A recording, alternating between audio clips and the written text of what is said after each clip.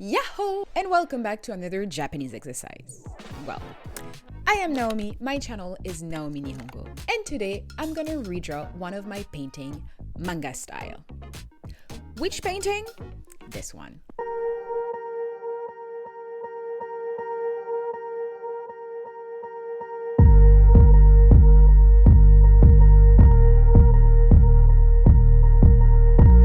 I like to draw in paint backgrounds, and I thought it would be a great exercise to try a different style. But before we go, let's have a look at some vocab. I'm pretty sure most of the people watching this know them already, but let's make sure. In this video, when I'm gonna talk about manga, I'm talking about comics that are from Japan. If I talk about anime, it's cartoons from Japan. When I talk about cartoons, it's mostly cartoons from America. And sometimes I say BG to say backgrounds. It's shorter. Okay, I think we're ready to go now. Please consider subscribing, and if you have any other recommendation of other backgrounds that I could paint, please let me know in the comments. Okay, let's go.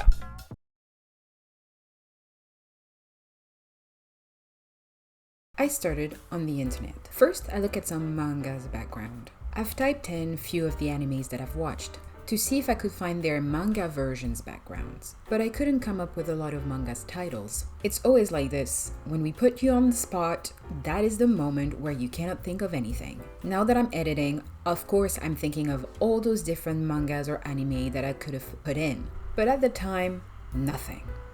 Until my brain finally remembered that I have this. I've always dreamed that maybe one day I'll be able to read all those mangas in Japanese. So I have a very small collection of mangas in Japanese that I mostly haven't read.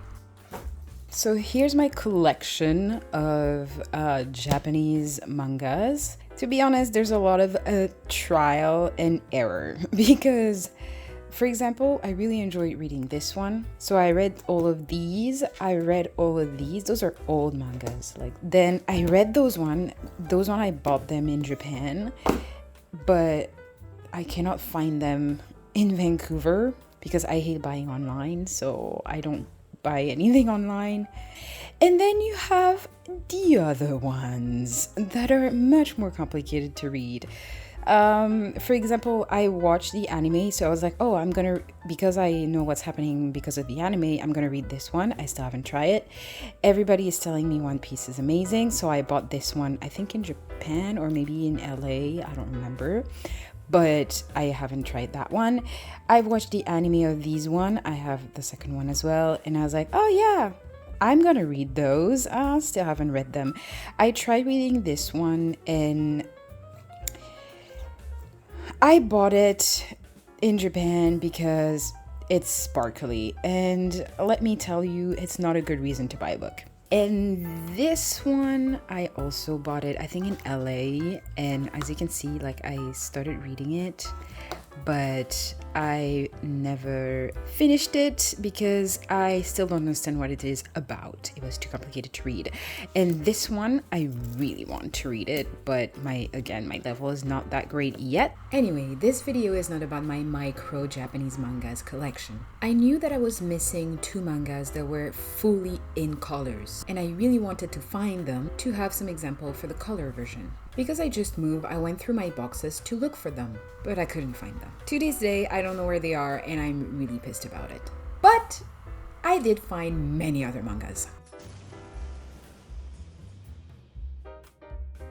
Okay, so let's have a look through and see what we can find. I started flipping through all the different mangas that I had. I was mostly looking for things that were really different from my own style. I was also looking for all those small details that makes a piece of art characteristically a manga. It's interesting to look at how they do the flowers.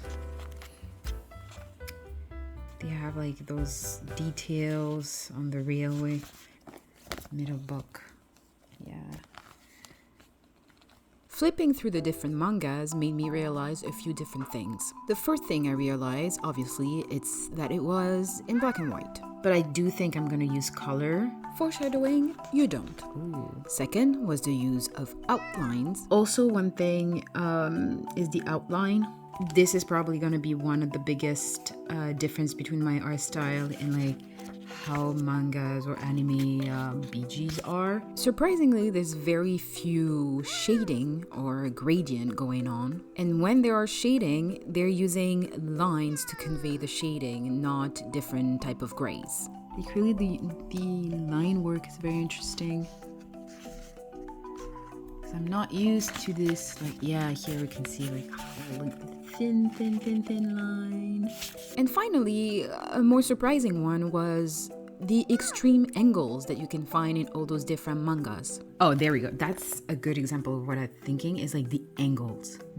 The perspective and the angles in mangas or animes are always very exaggerated and yeah, very exaggerated, I feel like. I knew that I definitely wanted to use that as well. The next thing I did for research was to look at something that was similar but different. So like this, I could make sure that what I pointed out previously was something related to manga and not just to illustration as a whole. So I look at different backgrounds in different cartoons. Mostly cartoons that are coming from comics. And oh boy, I really found what I was looking for. Let's play a little game. Is it cartoon or anime? So, anime or cartoon? Anime! How about this one? Anime or cartoon? Cartoon. Bravo, my friend. Anime or cartoon? And one more cartoon. The last one. Anime or cartoon? Don't forget to put your score in the comments.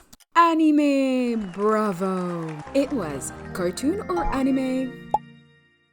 Okay, let's get back to something a bit more serious. Looking at different backgrounds from anime and cartoon, I realized that actually it's pretty easy to make the difference between a background in cartoon and a background in anime. So with all those information gathered, I was ready to start on my sketch.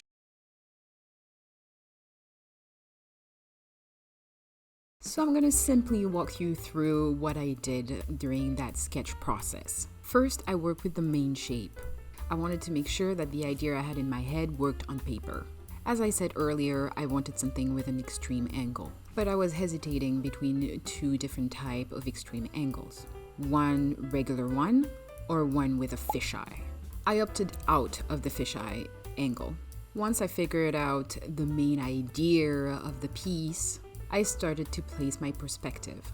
Again, my perspective skills are not the best, but I'm trying. Then I started to block the different buildings, making sure that everything works together and works with the perspective. Once I was done with the main form of the buildings, I started on the smaller details, such as the windows, the balconies, the pipes. While I was doing all this process, I was also looking into what kind of brushes works best to do an outline. I realized the thinner it is, the better. So I settled down for some brushes at like 2 pixels size. Pretty small. But when all this was done, I was ready to work on the main piece.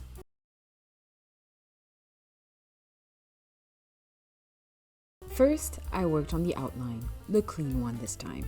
I made sure that it was very clean because it was the final one and it was very tedious. Once I was done with the outline, I started working on the shadow.